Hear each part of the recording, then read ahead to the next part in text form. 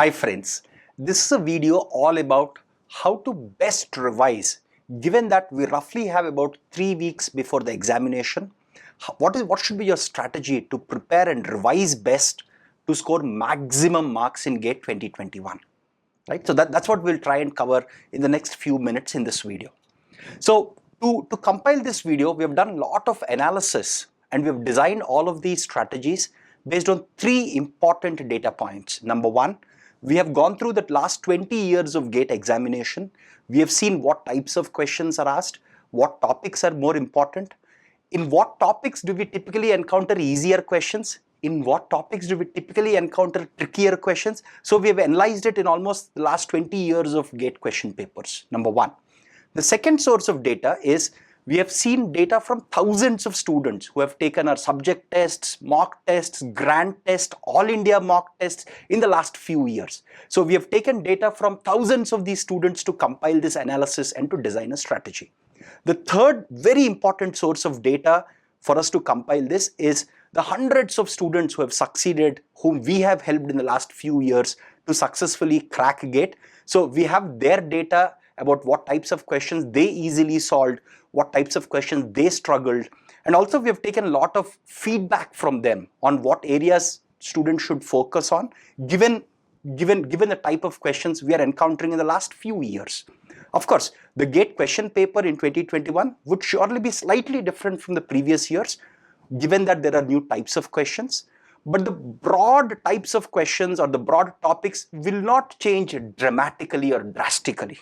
Right? So we will use the data from the recent years more exhaustively and will give less importance to data from older years, right? Because most likely the question paper that we will see in 2021 is more likely to be similar to questions or question papers that we have seen in the more recent past, in the last 3 to 4 years.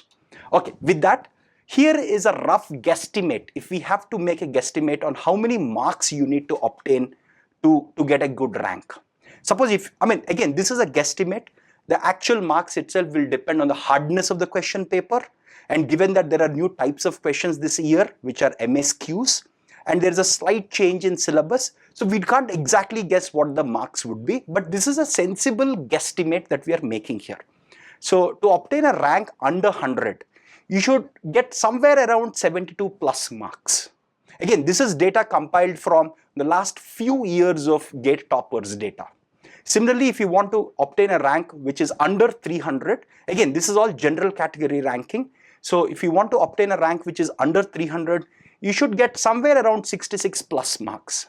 Similarly, if you want to obtain less than 500 rank, then you should look at 61 plus marks, and less than 1000 is 58 plus marks.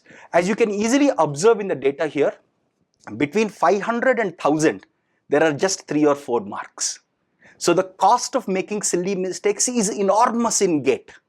That's why we have been asking you multiple times in multiple live sessions to minimize the silly mistakes, because in a gap of just 3 to 5 marks, you might be shot from a 500 rank to a 1000 rank or something closer to 1000. Right? So to get into top IITs and Indian Institute of Science and top institute like that, anything below 300 for a general category student is a good rank where you can comfortably get into top IITs and also Indian Institute of Science. Again, you can get into good NITs, also some of the next tier of IITs with a rank of under 500. Okay, with this rough data and expected number of marks versus ranks, let's go into the next step, which is, okay, which subject should I revise? Which topic should I revise? So we made a very detailed spreadsheet. Again, we have placed all of this information in a Google Sheet. We will provide the link to that Google Sheet in the description section of this video. Again, all this data has been compiled by all of our mentors through the 3 data resources that I just mentioned. So as you can see, we have analyzed the last 20 years of GATE data. We have seen answer sheets of thousands of students and each student taking tens of tests. Similarly, we have taken feedback and data from hundreds of successful students in the last 2 to 3 years. Right? So with all this information, we have constructed this whole huge spreadsheet. Again, this whole spreadsheet can be analyzed by yourself. We'll provide the link to it. It's publicly available. Please go through it. Let me explain how to understand this spreadsheet. First and foremost, we have subject name here. Then, for example, let me read one row and then I'll show you how to read the rest of the information. Suppose take this subject which is theory of computation and compiler design. We have combined both of them because there is a lot of overlap in concepts between theory of computation and compiler design, right? Typically, you can expect around 10 to 12 marks on an average from theory of computation and compiler design.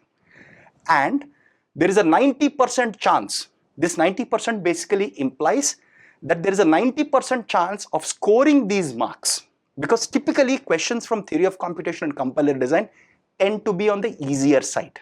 You just have to know the concepts, simply apply it, and you will get 90% of the marks.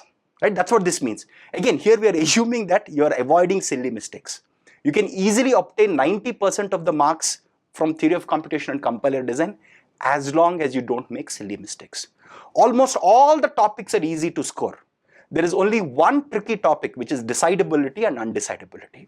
Even from decidability and undecidability, sometimes you get simpler questions. Sometimes you get slightly tricky questions.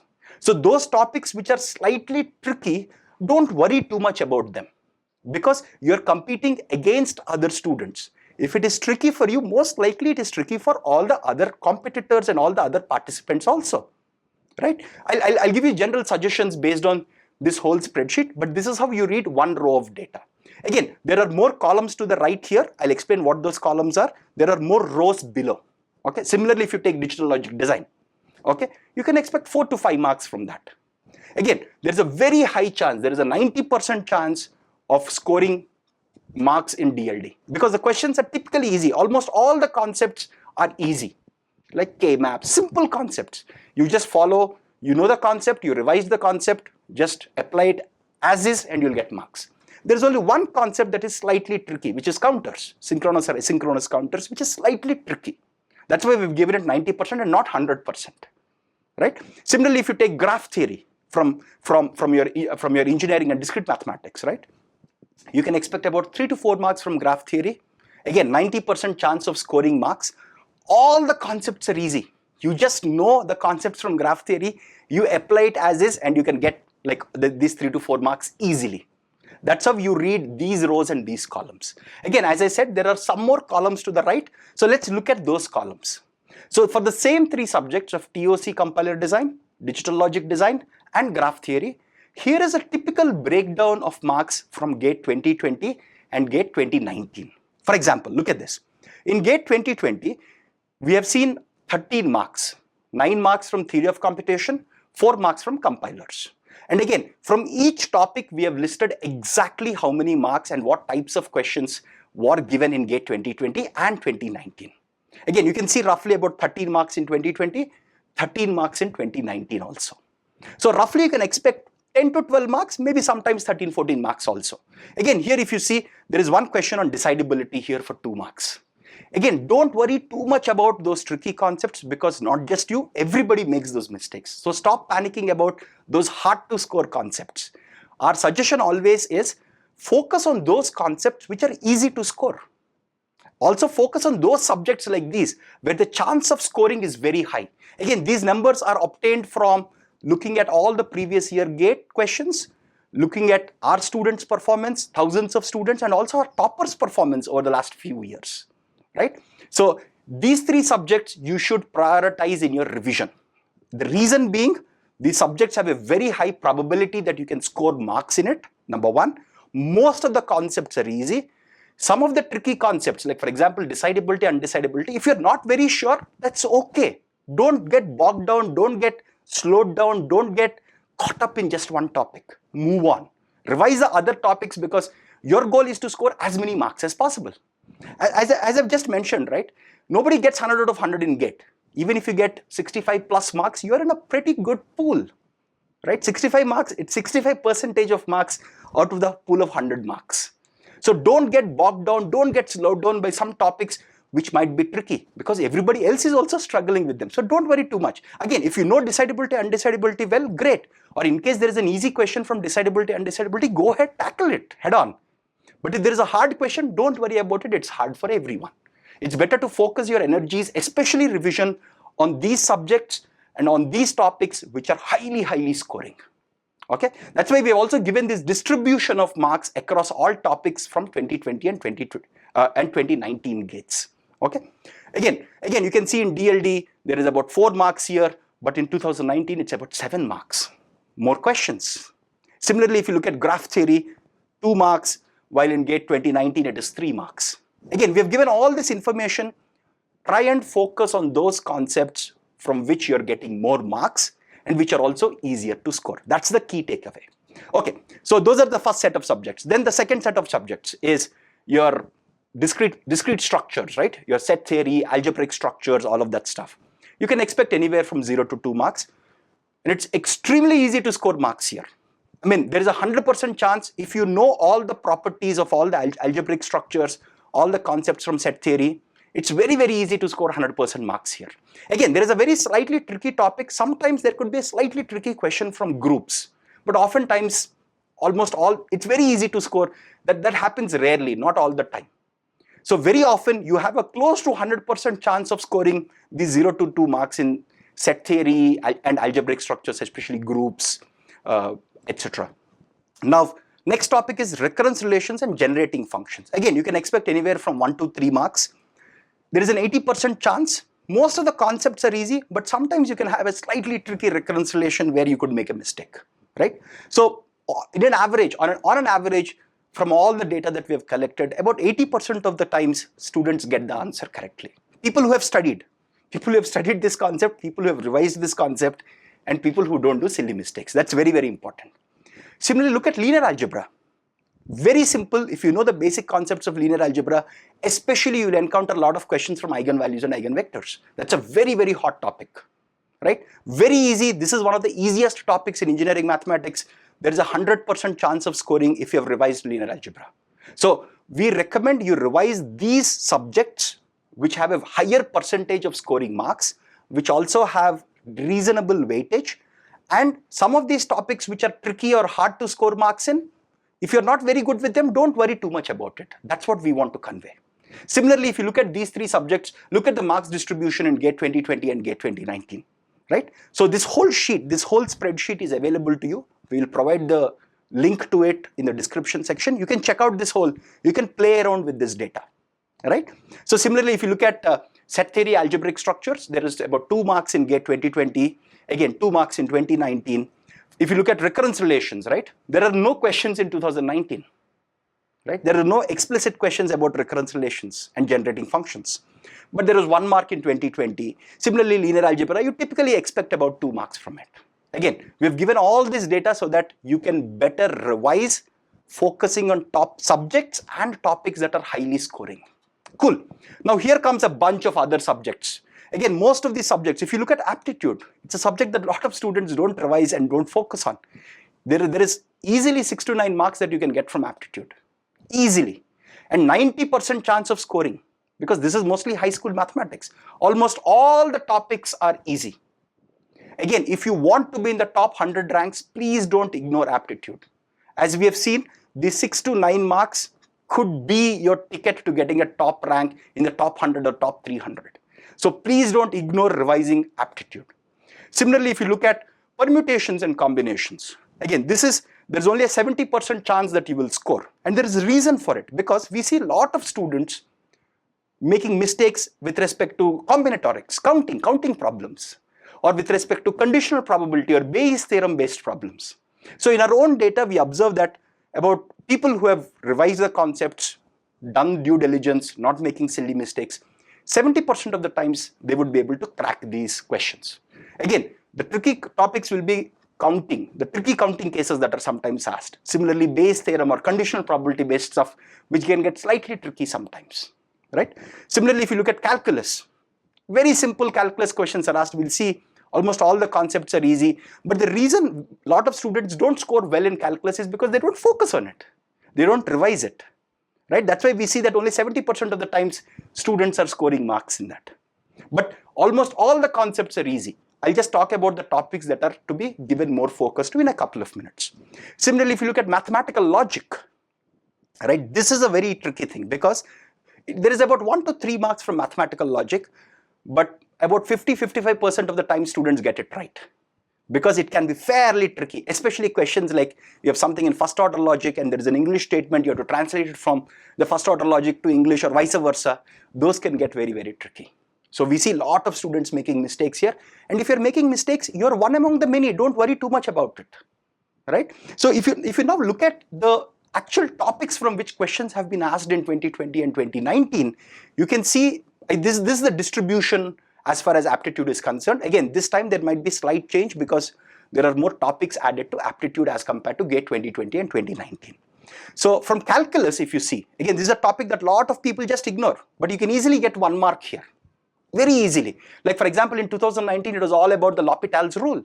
In 2020, it was all about just increasing and decreasing functions. Very simple concepts, right, from calculus. Similarly, mathematical logic, there were 2 marks in 2020, there were about 2 marks in 2019, right? Again, 2019, there was a 2-mark question. It was very tricky from first order logic, right? Similarly, the 2-mark question in 2020, it was checking some validity of statements. It was easy, not hard, but slightly tricky. See, again, the reason mathematical logic, a lot of students don't score a lot of marks is because they're tricky. Okay, not because they're hard, they're slightly tricky. In case you're struggling with it, that's okay. A lot of students face the same problem. We have seen a lot of toppers last year, even students who have taken some of our mock tests, toppers struggling with mathematical logic. That's okay. You remember that you only have to get 70 out of 100 marks. You don't have to get 100 out of 100 marks. Okay, so we hope this whole data helps you better revise those topics and those subjects which are of higher weightage and which are also more scoring in general. Okay, cool. Next comes the core computer science subjects, C programming, data structures and algorithms, right? Again, the weightage is very, very high here. And there will be a lot of overlap also here. There could be a data structures question asked mixed with C programming. There could be an algorithms question mixed with C programming. So there will be all of those mixes and matches here. Typically from C programming, we see people scoring about 70% of the questions easily. The rest of the 30%, they lose because primarily of pointers and strings. Those are the tricky concepts. Those are the places where people make mistakes.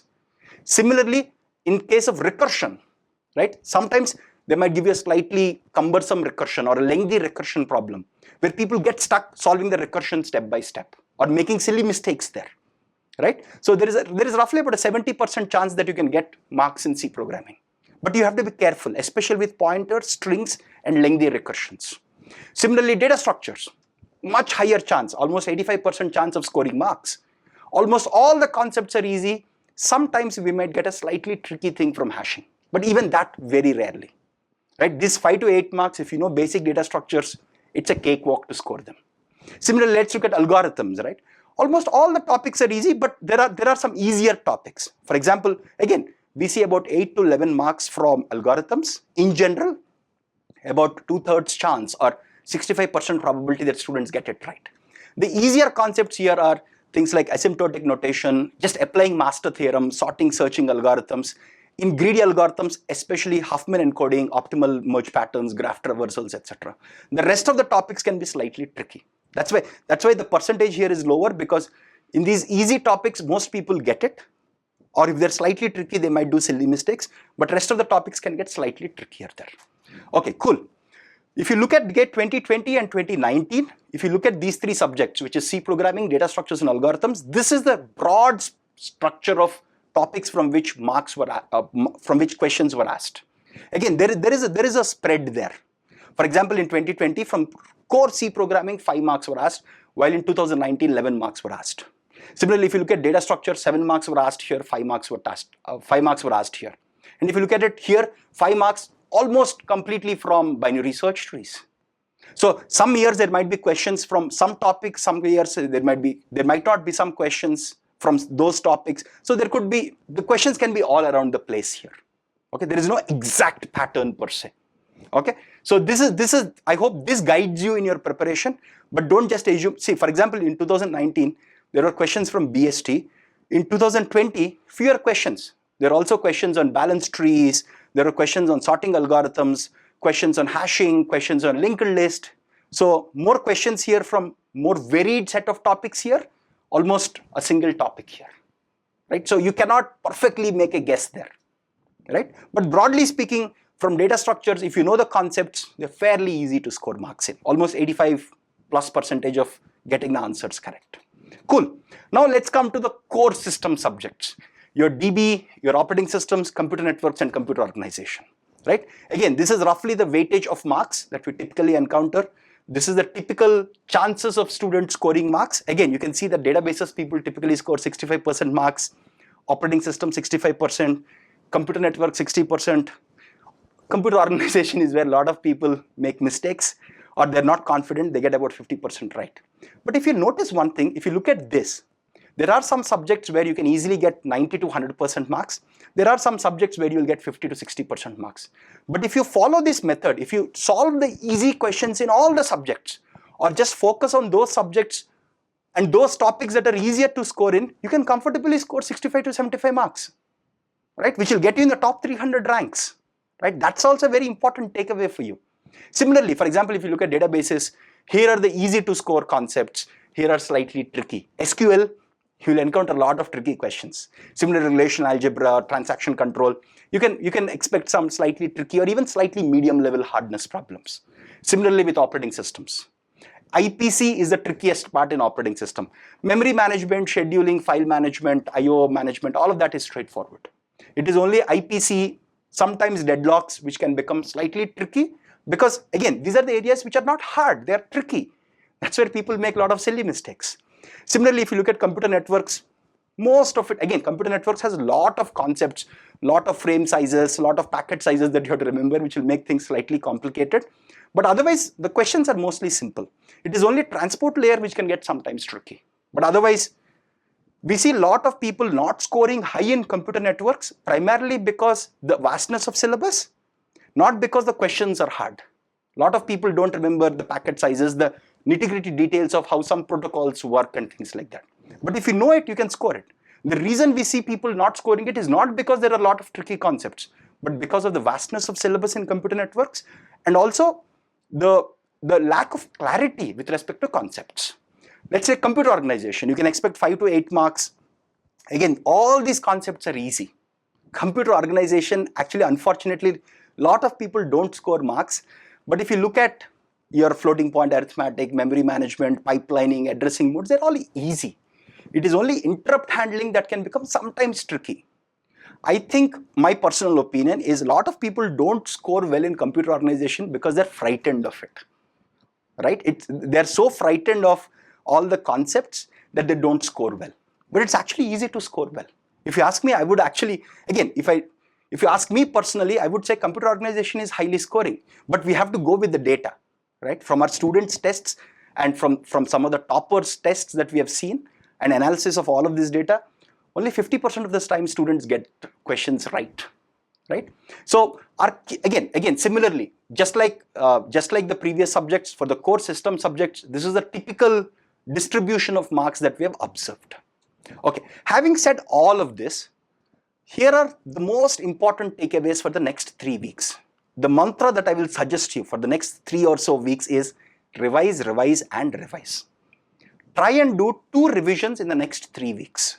You have 3 weeks, right? Which is roughly like 20 odd days, right? Try to revise all of the subjects, focus on subjects which are more scoring, focus on topics which are easier to score in. That's very, very important. Don't worry about less weightage topics. Don't get stuck on some topics and feel tense that, hey, I have not prepared, what will happen in the examination now. Don't worry about less weightage topics. Again, don't worry too much about tricky to score topics. If you can score, great. But if it is tricky for you, it is tricky for everyone else, right? These tricky to score concepts, revise them, but don't get too bogged down with them. If the question is not too tricky, easy to solve sometimes, go ahead, solve it. If it is too tricky and hard, it's hard for all the participants, not just for you, right? So don't worry too much about it. Worry about it a little, revise it, but don't worry too much and panic. Okay, cool. So here is the broad strategy that we are recommending. Again, this is like simple battle strategies, right? As Sun Tzu says in Art of War, you should win those easier battles first. So our suggestion here, again, those of you who don't know, Sun Tzu is a Chinese general in the ancient Chinese world who has written this great book called The Art of War, which is all about how do you win wars. It's very similar to our Kautilya's Ardhashastra, right? Which is a great treatise in economics, politics, warfare, etc. right? So a simple strategy is very simple. Score where it is easy, or win those battles which are easier to win. It's as simple as that. Okay, even if you score those questions or those topics and those subjects where it is easy, you can easily cross the 60-65 mark. Okay, don't worry too much about those extremely hard topics or less weightage topics or those very tricky questions. Score where it is easy. Don't panic. Right now, there is no use of panicking. Whatever you have learned, revise them, make the most out of them. Don't panic thinking that, hey, I'm not very strong in undecidability. I'm not very strong in interprocess communication. Don't worry about it now. Revise it as best as you can, but don't worry, it's hard for everyone. Most importantly, minimize silly mistakes. 2 or 3 silly mistakes can cost you a lot. I know this firsthand. I got GATE All India Rank 2 and not All India Rank 1 because I made a silly mistake. The difference, because we reverse engineered the marks, and in my batch we easily figured out that the difference between first rank and second rank was just less than a mark, right? So if I did not make a silly mistake, probably I would have gotten a better rank. Again, it really didn't make a difference in the long run, because whether you're GATE 1 or GATE 2 doesn't matter. You'll get into Indian Institute of Science or any university of your choice. But minimizing silly mistakes is extremely important because it will cost you dearly. You can be pushed from a rank of 500 to 1000 by just making 2 or 3 silly mistakes. That's how costly silly mistakes can be. Again, we have discussed extensively on how to minimize silly mistakes in our previous live sessions. Please check them out on our YouTube channel. Revise, revise, revise. Whatever you have learned, revise them so that you get maximum marks out of them. Very, very importantly, get good rest. There is no point panicking now, especially 1 or 2 days before the examination. Sleep well, get a good 8-hour rest. Even from now onwards, get into that habit of getting at least 7 to 8 hours rest at night. And give your best, forget the rest. In the examination, if the paper is slightly tricky or even very easy, people panic and say, hey, I'm not scoring well. Don't worry about it. Give your best, forget the rest. Let the result sheet come later, right? What we recommend is focus on the topics which are easier to score, focus on the subjects where the probability of scoring is very high. And all the very best for your revision in the next 3 odd weeks. All the very best. Hope you all give your best. Hope you all get good ranks. And hope you all give your best on the final day of the examination.